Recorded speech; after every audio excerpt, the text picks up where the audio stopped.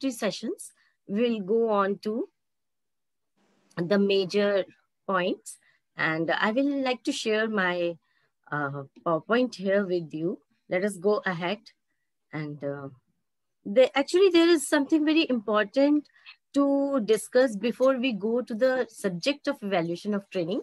We need to understand a cycle, because you will realize that evaluation of training is not restricted to only the post-training evaluations, and it starts much before that, and during the trainings also, and it is there with you, like even after the trainings have completed, maybe 1 year, 2 years, or maybe 10 years afterwards.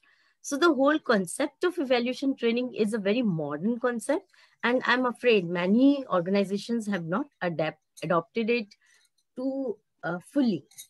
So anyways, let us first have the look at the theoretical part, and maybe while we are doing this, we will keep on reading the going through the practical aspects also.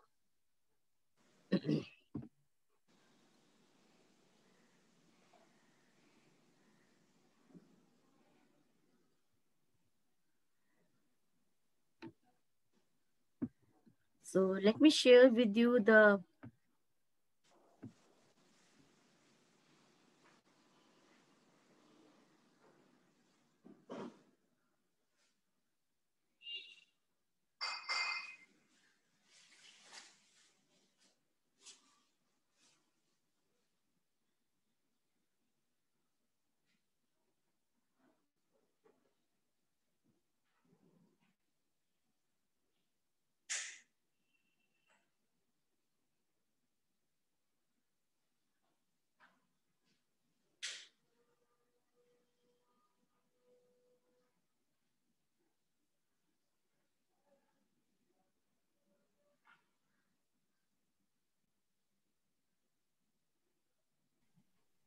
yeah.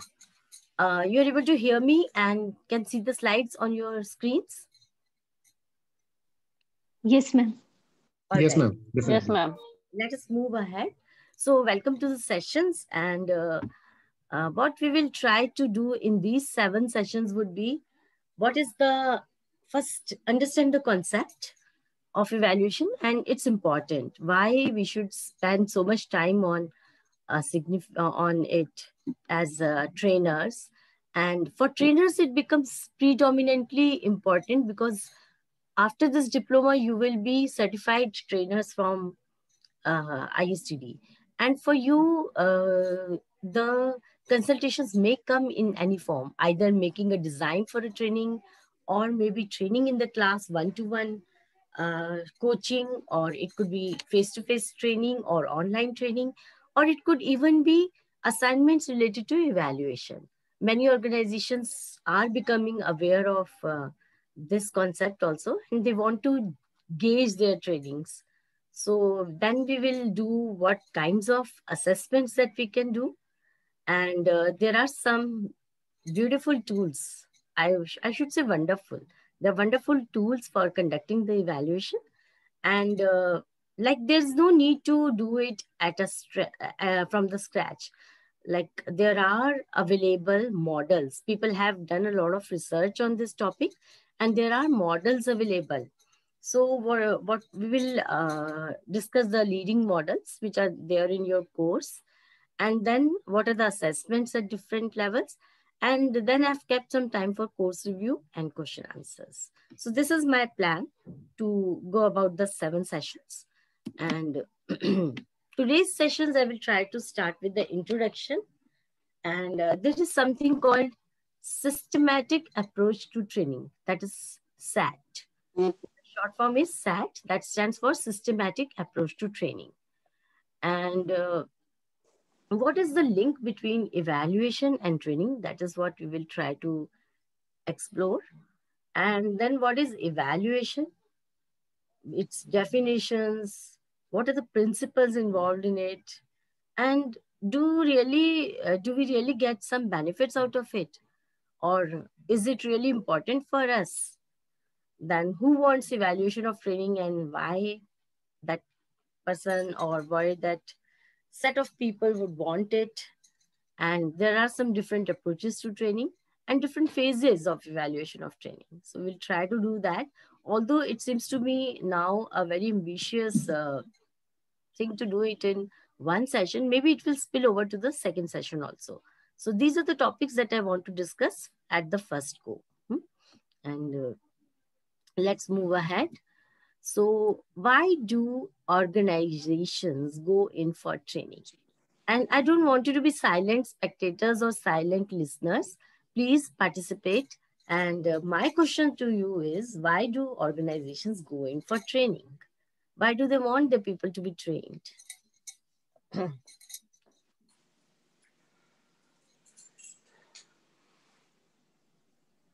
Hello? Yeah, tell me. So that people become more effective in their jobs. All right. And this will lead to organizational productivity, increase in profits.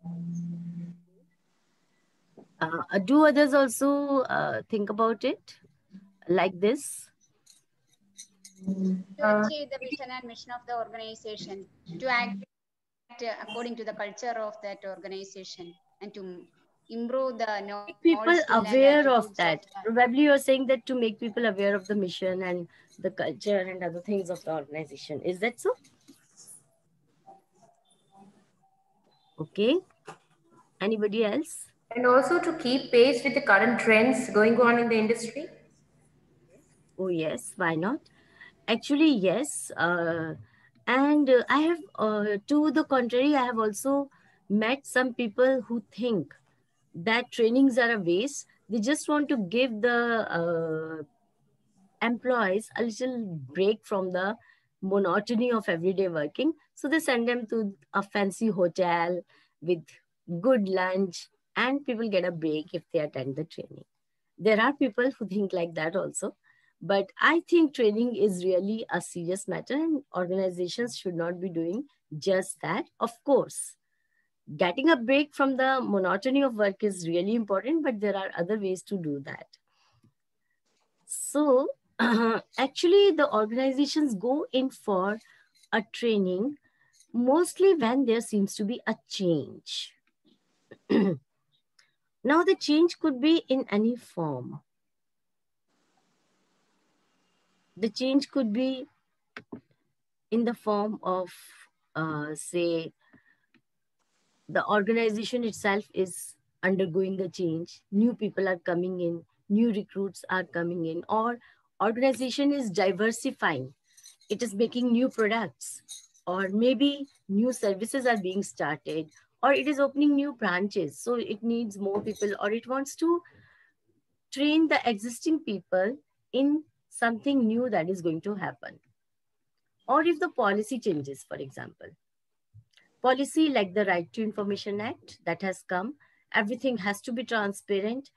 Especially in the public sector organizations, people need to become aware of the right to information of the citizens, and that they cannot hold the information with them and have to give the information, and they can face penalties also if the information is not given within 30 days and so on.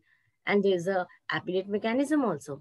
Or maybe when the act came, the POSH Act came, um, prevention, prevention and redressal of sexual harassment of women at workplace. So people needed to be given training on that. And you must have seen in government organizations, mostly GEM training is being given, because government has shifted from but they have modified the purchase procedure from the existing manual to GEM, that is online. So GEM training is also going on. So these are the things, when these are just examples that I'm quoting. When the policy changes, the organization may suddenly think that it has to go paperless. So people need to be trained. And there are still many people who do not do online uh, transactions. They do not do online work. So that could be a change. And then there could be new people are being recruited, or people are getting promotions, so making them ready for that change. Then also people need to be trained, or some new technology has come up, people need to be trained in that. So that is there, like technology has come up, new machines are being recruited, or especially in the medical field, it becomes like the old theories become obsolete, and people need to be trained in technology also. So these are the places when organizations go major, like these are the major portions when the organizations think of training their people, go in for training. Now, it's not possible that if you're not trained, you won't be able to do any work. I think training is important, but learning does happen side by side, isn't it?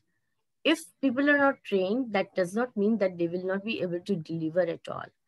So can you think of like, why should organizations spend money on training? Why should they go in for a very formal program when people can learn by themselves? So do you think there's a difference between learning and training? This is my question to you, participants.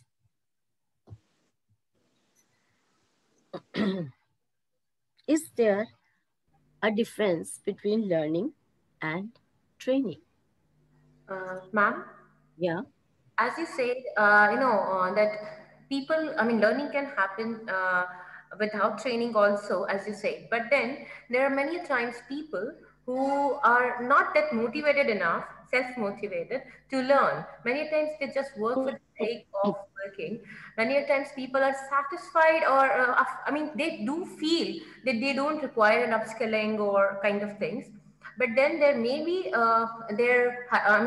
seniors, or their managers who might see something in them, and would be organizing trainings for them to meet the goals of the organizations on the whole. Okay.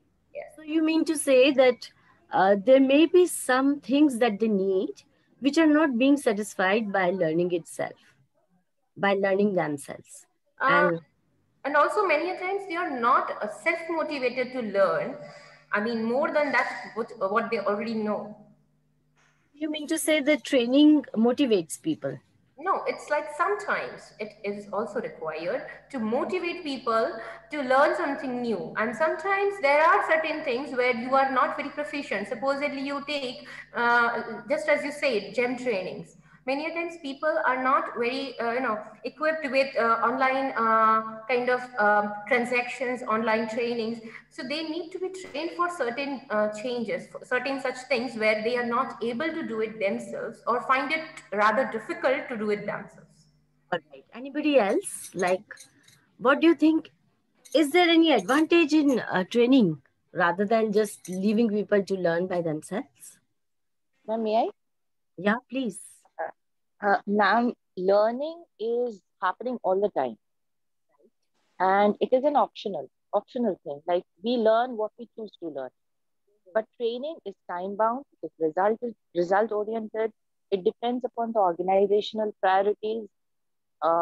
You don't like as you said, GEM needs to be trained and it needs to be applied by the concerned department people.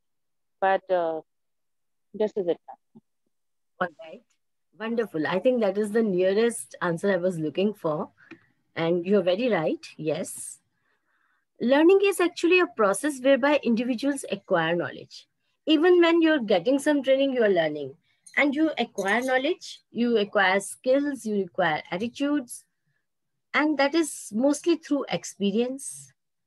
Or you think about it, the reflection, thinking about what happened, or like our minds are actively working and we think how to connect dots, and then study or instructions. So this is the way people do learn. We also imitate others to learn something. And the big disadvantage is that you might miss out, because as as you pointed out, that people can choose. So you may choose what you think is easy, or your background or your mind has filtered that this is the important thing that I should learn. But it could be something which is much more important, and there may be an easier way or a faster way to do that. So learning does involve hit and trial also. So you may learn something, or you may learn by making a number of mistakes. And training is actually a very systematic process, and it is directed at improving the performance. When we go in for training, and the main objectives of the training are set according to the raise in the performance that we want. And it is the learning in training is organized. Like, you do not have something which you do not require, and you use time-tested methods, and it is done in a very short time. If you did not get training, it may require you, some people may learn it very fast, some people may learn it in say 6 months or 3 months, or some people may even miss it out. But training ensures that the skills or knowledge that has to be imparted, that will be given to everybody in the same manner, whoever attends the training. There is a definition of training, and there is a glossary of training terms. If you look up at the net, sometime you may come across it. And there are, this is by ASTD, American Society for Training and Development, and they have given definitions for a number of things. So training has been defined by them, and it is, the first line says that it is a planned process. Training is a planned process. So planned means that even before the training begins, you start thinking about it, and you start planning what will happen first, what will happen later. You plan the content, you plan the sequence of events, you plan the methodology, you plan a number of things, you plan the examinations or tests that you're going to put in the training. And so it is a planned process. And the planned process has an objective. It is to modify attitude, knowledge, and skills.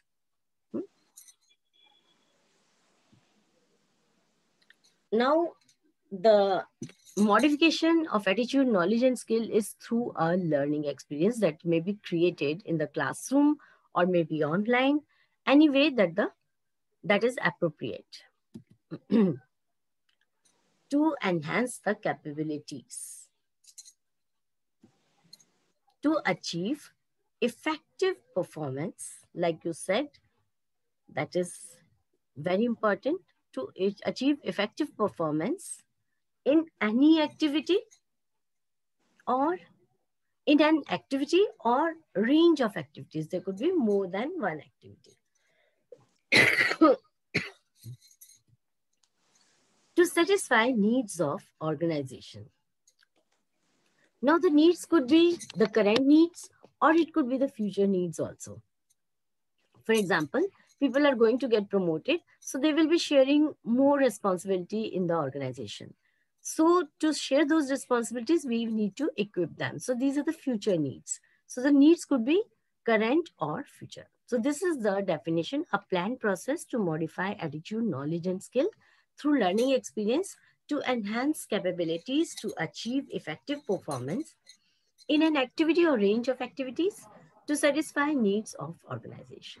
This is training definition. Now, the first thing that required in the training is it has to be a planned process. So mostly what organizations do is they plan a complete training cycle. Planning a complete training cycle may require a number of activities. Now, complete training cycle could be for the whole year. It could be for the 6 months, or whatever the trainings, whatever the organization's requirement is. So when which training will happen, how it will happen, who will be the people who will be conducting, where it will be conducting, and all that. So that is the complete training cycle. Most of the things that are involved in planning a complete training cycle is, first of all, the organizational goals. The training must be aligned to the organizational goals. Then you must have in your hand a training needs survey. Like somebody pointed out when I asked you why training is given, it said that their seniors recognize what do they need. So you must have a training needs survey in hand to know where are the gaps in the needs, and what are the things that people require. So surveying, then the data analysis. That would be like whatever data you get from the survey, analyze that. And then there may be a number of things in which you need to require giving training. Now, you need training in a number of things you require. So you need to prioritize which is the most important. For example, a company is facing lesser sales, or the sales are declining. So their priority may be a sales training, and other trainings could come later. Or maybe an attitudinal training if the customer satisfaction is not there. Then infrastructure development. Like, do we need to create our own classrooms? Do we need to hire halls or banquets or some venue for training? So that is also required. Do we need transport or anything? Then prepare a calendar. Mostly the training organizations, they prepare annual calendars. What will be first, what will be later, which courses are to be included, and so on. Then budgets. You must take care of the budgets also. And then content, methodology, sequencing, resource persons, target audience, trainees, developing materials, training packages, implementing or carrying out training, then evaluation of the training or job evaluation, like whether if you have given a skill, whether the person is able to perform it or not, carrying out tests, etc. Implementing here means that delivering the training. Then the follow-up activities, collecting papers, getting them checked, giving them and other things, valedictory functions, etc. Now, friends, on your screen, you are seeing a cycle. Whatever activities I talked about in the last slide, all of them can be grouped in one of these stages. Identifying training needs, plan and design training, implementing training, and assessing and evaluation. And there's something at the heart of the cycle, which is a very important thing, that is performance. Like whatever these activities happen here in these stages, they are targeted to enhance performance. And this cycle is called the systematic approach to training, SAT in short. You must be seeing arrows here, like it is denoted that this is the first stage, this is the second stage, third stage, and fourth stage, and so on. But you might have noticed that even after assess and evaluate, there is an arrow that is going to identifying training needs. So this is kind of a cycle and does not stop at the fourth stage. That is what I meant by making these arrows, that it does not stop here at the last stage. So what are these stages? We will see in detail a little later. Mostly when you go in for designing the training or planning a training, you need to have something in your hand, the lists of skills or knowledge or attitudes which the people required to be given before they go in for training.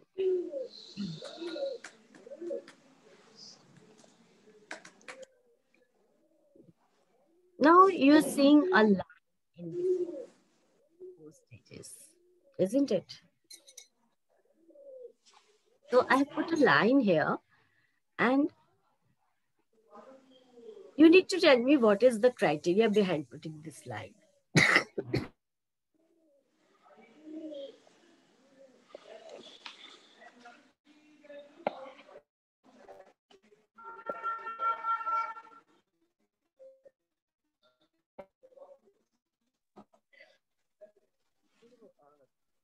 What do you think why I have put this line here? Ma'am, may I? Hello, ma'am, am I audible to you? Ma'am, you are on mute. Okay. Yeah, you are audible to me. I've put it on mute knowingly. Okay, so as you said, the first question of yours was why do organizations need to train, right?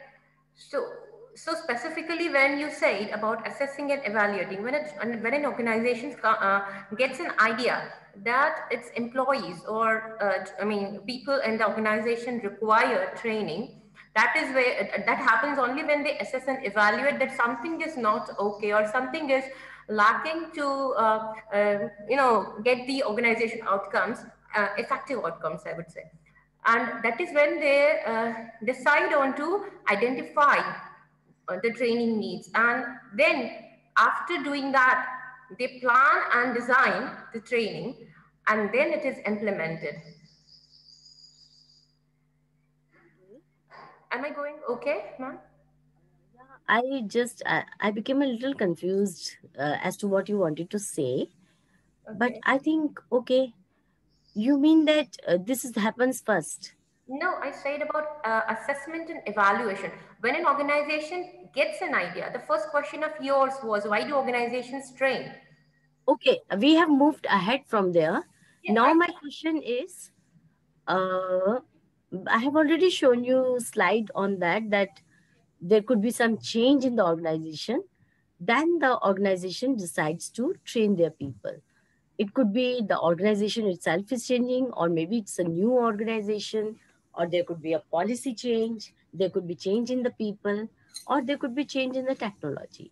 Now my question to you is, this is I think you have understood that this is the systematic approach to training that I'm talking about. yes, completely understood, ma'am. Yeah. Now my question is, you must be seeing a line here Yes. passing through the middle.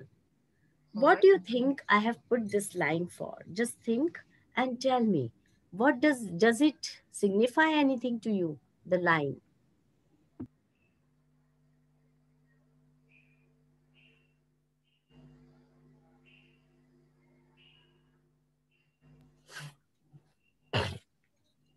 These are the different stages of systematic approach to training: identifying training needs, plan and design training, implement training, assess and evaluate the training.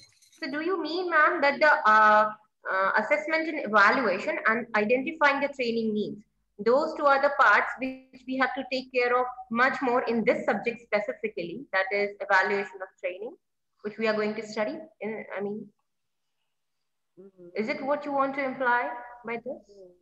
No. I mean, Anybody else? Anybody else? Hello? Yeah, Hello? tell me. Ma'am, Yes.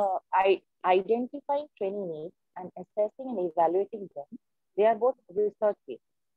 They're both And research-based, and you have to... research-based. Okay. Yeah. And implementing and planning and design, this is basically action-based thing. We are doing it. Really? I think you need a lot of action in identifying training needs. You need to go to people, interview them, take the survey. And while implementing training also, you do a lot of research. Anybody else who would like to throw light on this? TNI and evaluation basically by the trainee part, and the plan and design training and implementation is more relevant to the trainer part. Okay. It is the trainee who is doing this. Is that what you want to say? And it is the trainer who is doing. Actually, I think in the trainer and the trainee, both will be involved in implementing the training, isn't it? You can't really, unless you understand something, I can't provide this training to you, isn't it? So both the learner and the trainer have to be involved in this. But my purpose was not this. I have put this line because the activities that happen when you do identifying the training needs or TNA, when you conduct a TNA, and when you do the assessment and evaluation, mostly these activities are in the organization. Mostly. There will be, of course, some parts where when the participant is leaving the training and giving an examination, that may be in the training institutes, and mostly the HR department or some people who are associated with the organization, they would be doing these activities here. And whereas the planning and designing, these are done by professionals in the training institute, even the implementation. It is quite possible that your training institute would be the same as the organization or maybe in the organization itself. But this is the trainers or the training institute's work, more or less. The professionals or subject specialists sitting there would be doing this. And these two activities happen more or less in the organization where people are working. Okay? Am I making sense here? If you are able to understand the difference? Yes, ma'am. Okay, okay. So let us move ahead. Now let us talk about a little about training needs analysis. Here we have something which the organizations, the employees are already performing some work, and the organizations desire that they should perform at this level. And what does TNA do? It identifies this distance. How step by step the employee would go, or will it go in one jump? What needs are required, and what are the things to bring the employee to the required performance. This is what the slide indicates, and the TNA identifies those needs on which the training has to be given. So this is actually the gap that is measured by the TNA. Now, training needs analysis can be done at 3 levels. There could be organizational level. When you look at the organizational as a whole, for example, things like RTI, things like becoming aware of the POSH Act, these are for everybody, and it should be given at the organizational level. But if you come to the ICC members, then that becomes even more specific. And for the ICC members, you must do the job analysis and they must be given that training. And the task analysis involves what actually is there in the task that the person needs. For example, the supervisor's job. All the supervisors can be given, done a training needs analysis can be done on the supervisors for the job analysis and identify what is more or less the supervisors want. There could be supervisors who will be needing much more things, and there could be supervisors who will not be requiring many things. So you have to find out a way media where it will be applicable for all the supervisors. Now you can break down the tasks of the supervisors. The supervisors had done a training, or it could be that they have different tasks to perform. So what is the task in which they are lacking? It could be there could be number of tasks that are available, but which task in the supervisor's level? If these are the tasks that have been identified, then they may be doing well in all the 8 tasks or in all the 7 tasks, but in these 2 tasks they are lacking. So it could be task based also. For example, if it is a machine operation, then only the machine operation will be taught. And at the organizational level, it is on the whole. Generally, the policy is being discussed in organization level. And for job analysis, mostly skills peculiar to that particular job. So these are the ways, 3 ways in which job training needs analysis can be done. Now we come to the second stage, that is the design and development stage.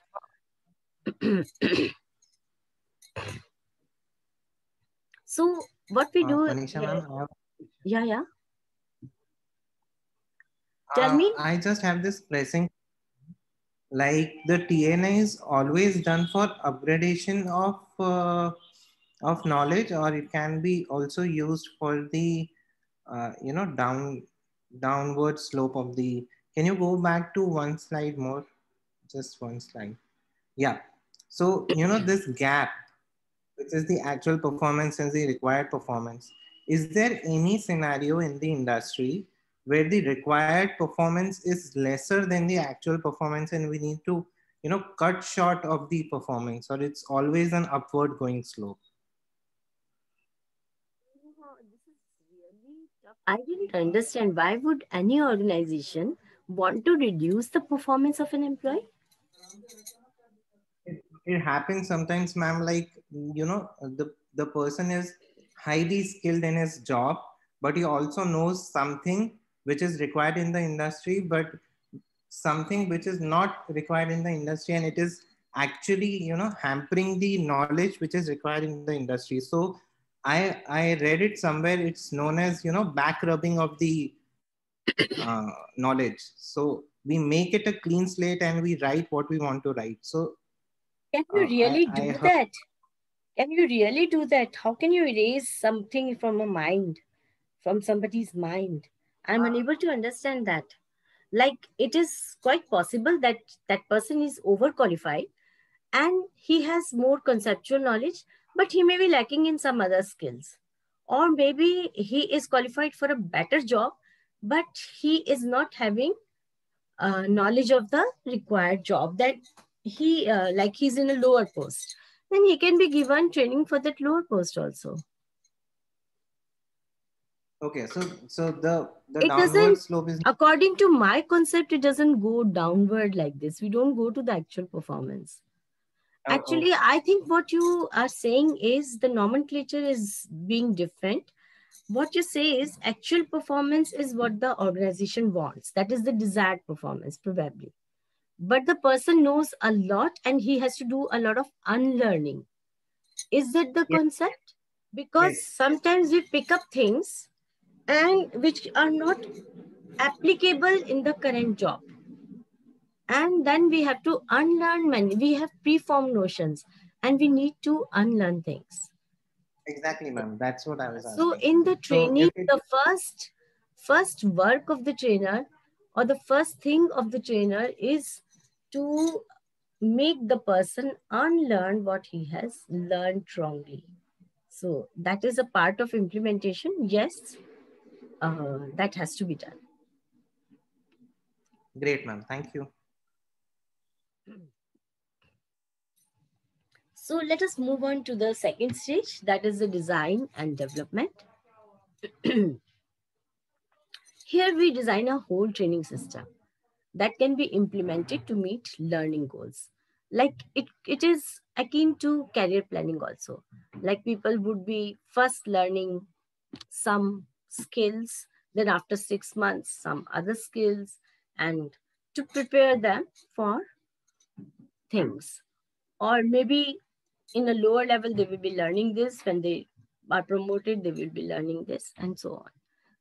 And then it also includes identifying learning objectives. What are the facilities required, the funds, the course content, lessons, and sequencing, and developing a whole training package, audio visuals, graphics, manuals, etc. So these are the things that are required in design and development. And we need to evaluate the design also. What the students will learn. Actually, you will realize that evaluation exists in almost every other stage also. So what the students will learn? This is the first question the evaluator asks. How the learning will be transferred to the job? Okay, he was learning in the classroom, but will he really be able to perform it in the organization? How his learning will be transferred to the job? What will be taught and how? And the methods used? How will trainees demonstrate competency? How do we know that people have learned this? So shall we put them to a test or should we conduct an exam? What are the tests that we need to conduct? So it could be like whether it is objective type tests or it could be, say, written long essay type questions, depending upon the kind of training and the kind of knowledge that you are imparting. So the third stage is the implementation of training. That necessarily means delivery of the training, whether classroom training, whether online training or on the job training. Here the instructor teaches or coaches. The students learn. There are two players only, the instructor and the student. So application of information is learned about the job or task in the analysis phase. And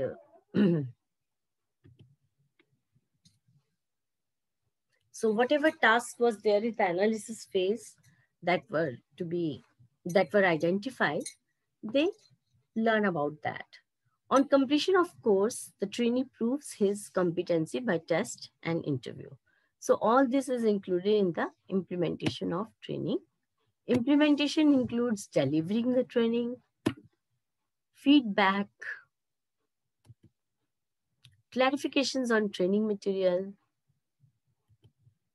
administering tests, conducting internal validation. Now I have introduced a new term here. What is that? We will discuss a little later. Can include copying also, like you have to make sets of material or cyclostyling, scheduling facilities, taking attendance, data, billing, etc.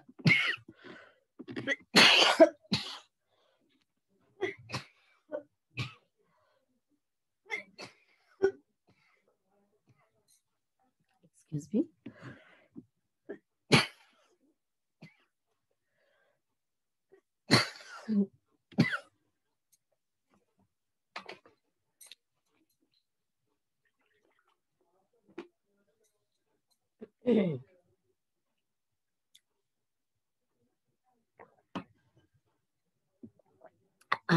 So we come to the fourth stage, assessment. It includes evaluation of training before, during, and after implementation. Yeah, tell me. Somebody was asking a question, I think.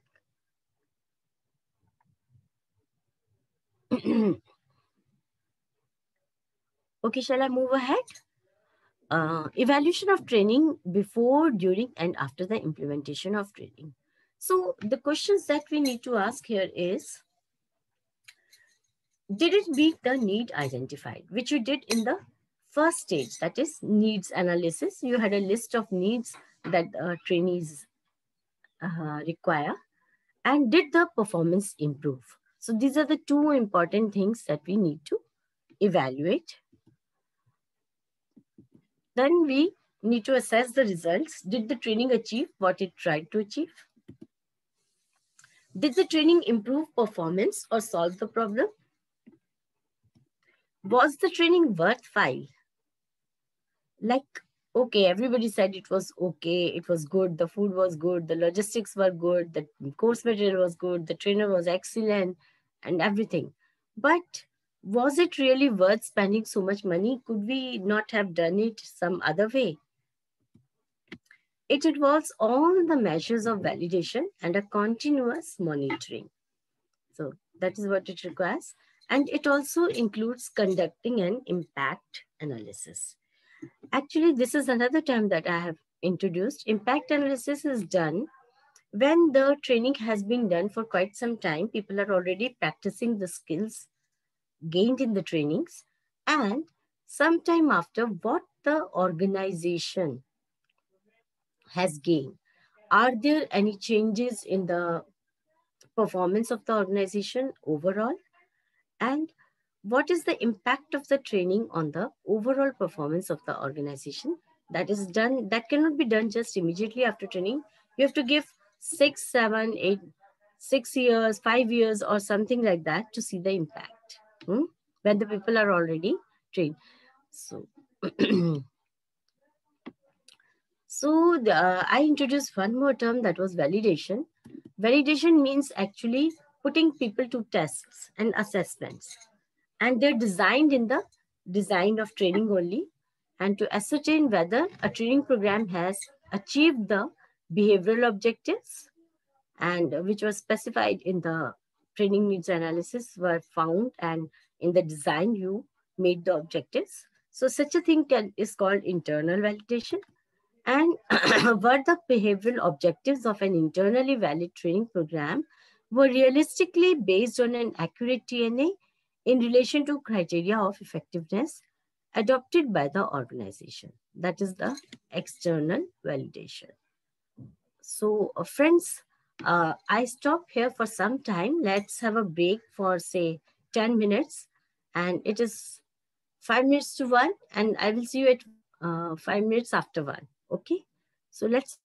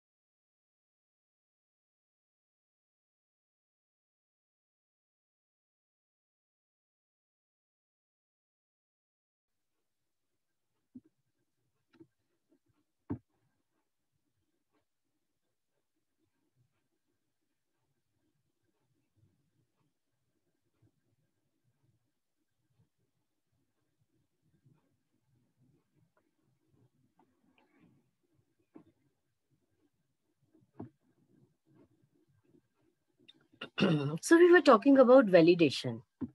Actually, you see, validation is a very important part of evaluation. People do use it synonymously, but it is not actually synonymous. Validation essentially means a series of tests and assessments that are designed to ascertain whether a training program has achieved the behavioral objectives and that was specified.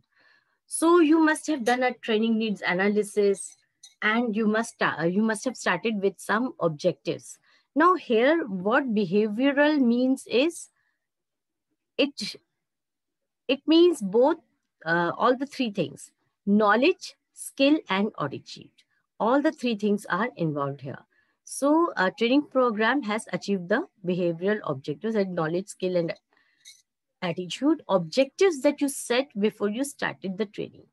If it deals only with this, the validation, then it is called an internal validation. But if the tests and assessments that are designed, they check whether they were the behavioral objectives of an internally valid training program were realistically based on an accurate TNA in relation to criteria of effectiveness adopted by the organization. Then they are called external validation. This is a bit confusing. What I mean to say is effectiveness actually here means that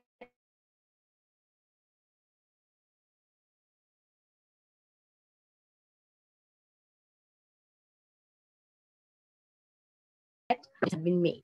So after such a training, after such a training, whether you now check whether it is based on the TNA that had happened earlier and whether the performance has actually increased. So external validation measures essentially include gauging the increase in performance. So this slide shows it a little bit in like graphically, it tries to explain what does it mean. So when we are doing internal validation, we check whether the training objectives have been achieved. And how do we know it? In the learning unit or in the training program, the whole course, you can do the evaluation or give the test in the learning unit itself. You can have formal or just informal tests or at the end of the course. So then we are calling it internal validation. And when we have, we're doing it when the people are performing in their organization and we do the external validation tests there. Has the training solved the performance problem or improved the job performance? So this is what we test in external validation. Why should we do internal validation? It provides a feedback to trainers, like whether they're going in the right direction, whether the methodology adopted is good or not.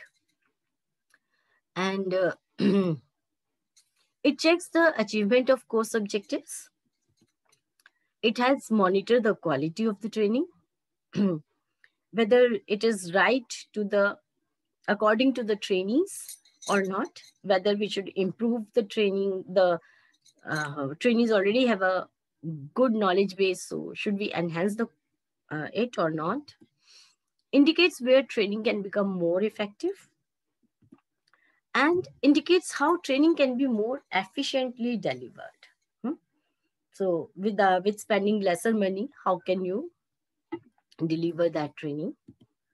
And it also becomes a basis for certification. Like at the end of the training, such and such person has participated in training and they give a certificate. So internal validation, if you're doing internal validation, you can ask these questions. How was the assessment carried out? Whether it was objective type or maybe it is essay type. Were the objectives achieved? You must have started with some training objectives. So have they been achieved? Did the learning event suit the learners? Was it too high for the learners? Or it could be that it is too low for the learners. So did the learning event suit the learners? Was sufficient time allowed? Like, could it be, was it done too fast or do they need more time or a lot of time was wasted? Say 5 days training was not required. Only 3 days would have been sufficient. Was the training material, checklist, etc. satisfactory? Were the support facilities satisfactory. So these are the things that you have to ask when you're doing internal validations. What are the areas of improvement? These are the things that you can find out. So when we are doing external validation, that is at the job performance level.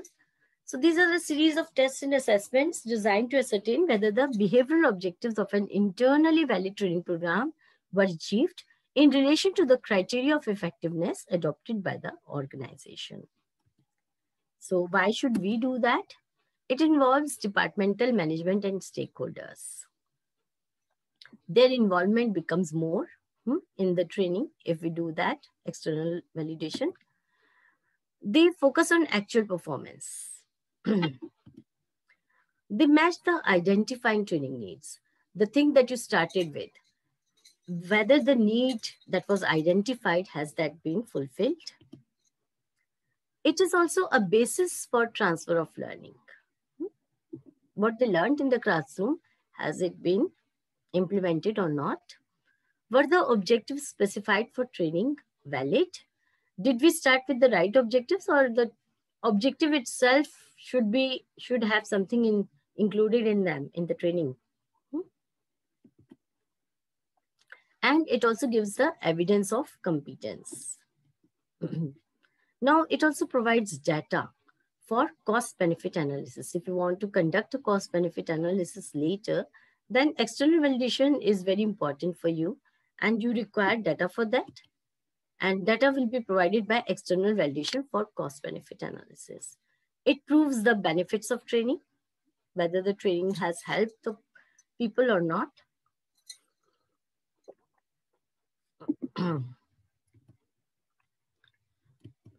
So some questions that an external validator can ask is, was training linked to performance? Is there evidence of improved performance? Can this improvement be attributed to training? It could be due to something else. Maybe the salespeople or some people who underwent the training, they become so motivated that that is happening, or the organization acquired something, some new software which has improved their performance. So can this really be attributed to training, or it could be due to some other factors? Did learners experience any problems in transfer of learning? In the classroom, we have an idle setting, and whether such things have been able to transfer to the job or not. How can training provision be more effective? So, like, although we have given our students this training, and mostly if a training is achieving 80% of what it has was imparted, then it seems to be an excellent training. So how can the training provisions be more effective? So they are more performance enhancement related. They can improve the performance even more. So our big question is, what is evaluation of training? Let us look at that now. There are different definitions given by different authors. And this is the name of one author, Bramley. In 1966, he says that evaluation of training is a process of gathering information with which to make decisions about training activities. So here you might have noticed that the focus is on obtaining information, gathering data. And based upon that data, you decide about the training activities, like whether these training activities were useful or not, and whether we should take them in future or not. Hamblin in 1970 defined evaluation of training as any attempt to obtain information. So again, his focus is on obtaining information, that is feedback on effects of training program, and to assess the value of training in the light of that information for improving further training. So this is how he coined this term. Now our glossary of training terms, and this is a contemporary evaluation of training definition. It says evaluation is actually the assessment of total value of a training system, a training course, or training program in social as well as financial terms.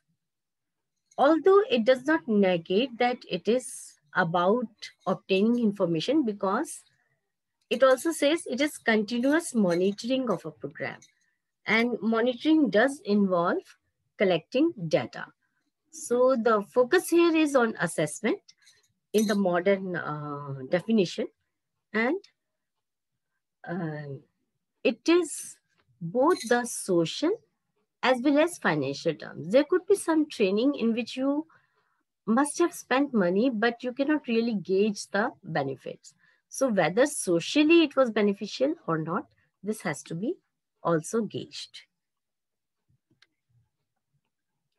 So what does evaluation do? Actually, it helps to document whether a program is accomplishing its goals or not. What it started with, whether that has happened or not. It identifies weaknesses and strengths of the program and the areas of the program that need revision. So, what were the weaknesses in the program?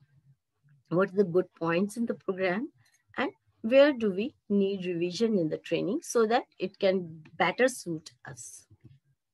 So, it definitely involves asking questions.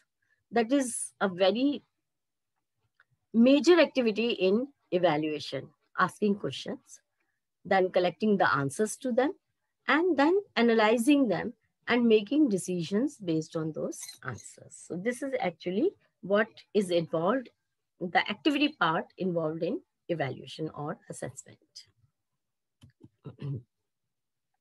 So it attempts to assess overall value, whereas validation assesses laid down objectives or standards. So this is a slide that shows like the difference. Evaluation is actually a full total thing. During the training, there are inter-validation measures that are taken. Have the training objectives have been met? This is the question that mainly the question internal validation addresses.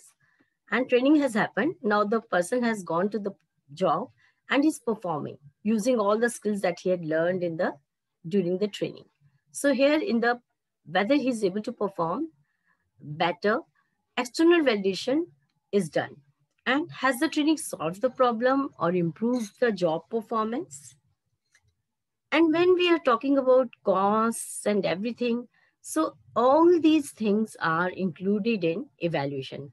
So you must be noticing that internal validation and external validation are like a part of evaluation only. So the assessments that we do at the job performance, they are called external validations, and assessments that we do during the training, they are called internal validation. And the overall thing is the evaluation. And when we are also talking about the costs, whether they are justified or not, we're talking about evaluation. Now, why we should do evaluation? Anybody who would like to contribute in this? Why should we do evaluation? For the betterment of our, upcoming trainings. All right. Yes, that is one core thing. Yes. Anybody else? Whether the training objectives are achieved or not. Yes, definitely. Whether there is any improvement in the knowledge, skill, and attitude of the participants. Right.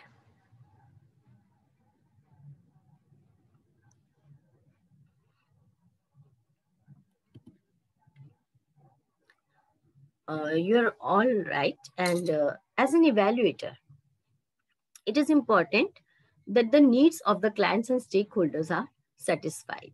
So when you do the evaluation, you have certain data with you and you're able to show the benefits of the training. And the people in the client organization who send their participants to the training, they will be satisfied. Oh yes, this training has done a better thing.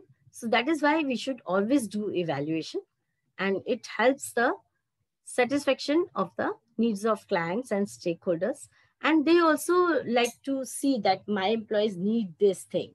So these knowledge, skill, and attitude. So by evaluation, you can show them that these are the needs that have been satisfied. Then it also gives a justification for investment in training.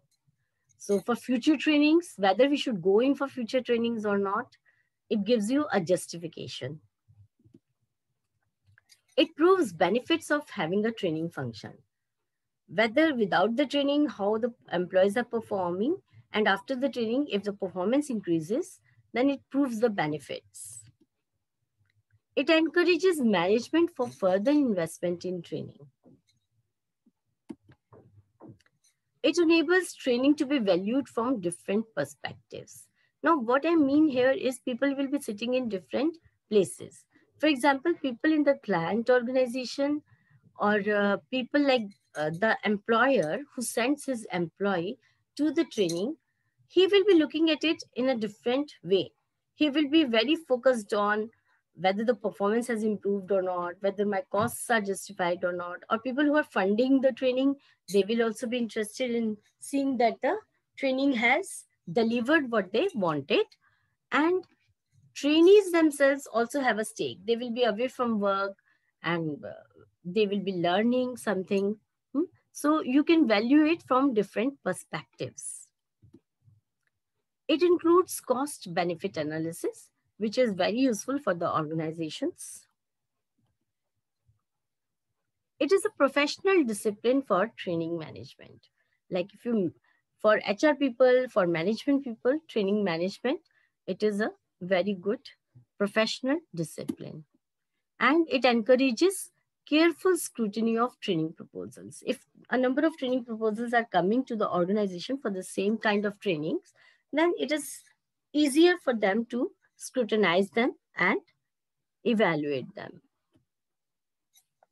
There are some questions that are very important for evaluators. Now, you need to, before you go in for any trainings or any evaluation, how many people needed training and how many have been trained? You started with a very ambitious training plan and objectives were laid down. Very brilliant objectives were there. But how many people needed training and how many trained? Is it that the whole workforce needed training, but the training is able to provide only, like it can be provided to only 25 people at a time? So there's a large workforce of say 10,000 still remaining. So how many people needed training and how many trained?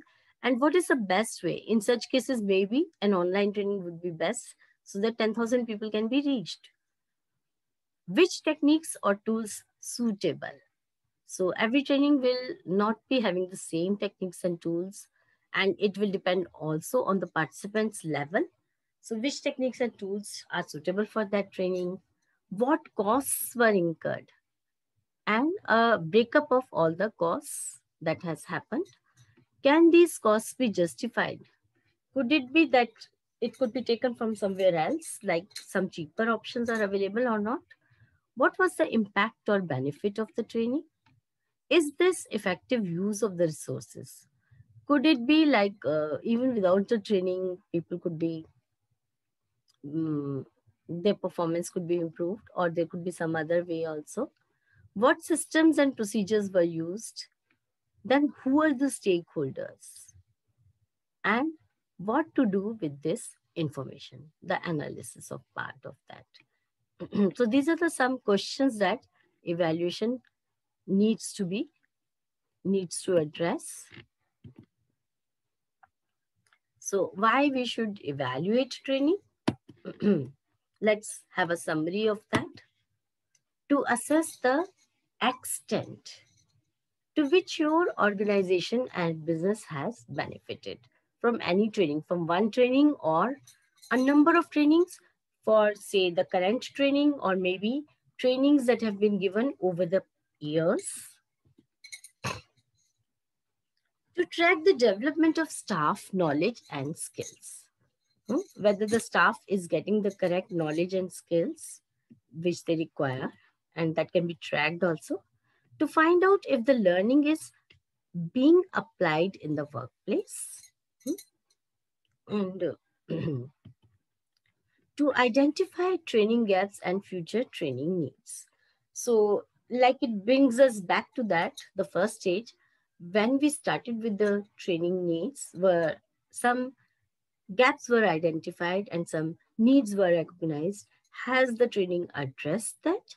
And if something was left over, or do we need to change the objectives of the future trainings?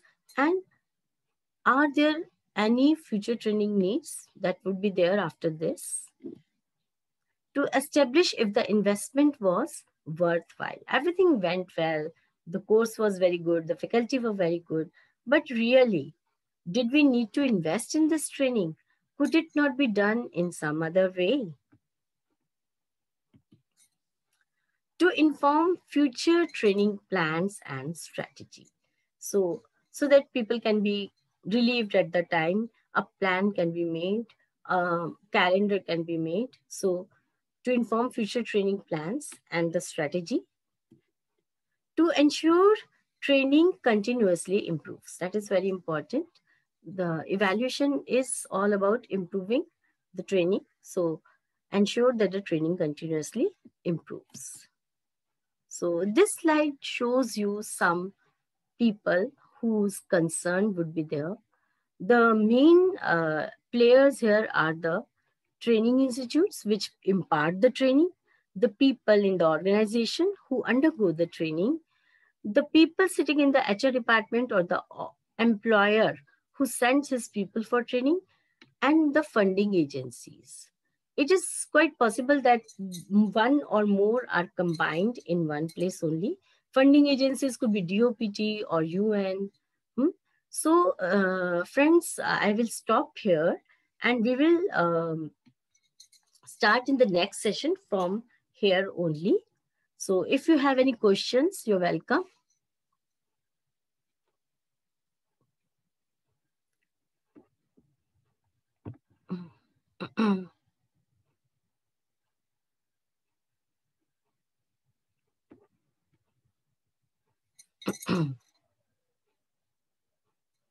So I'm stopping here and we will meet in the next session from the same slide.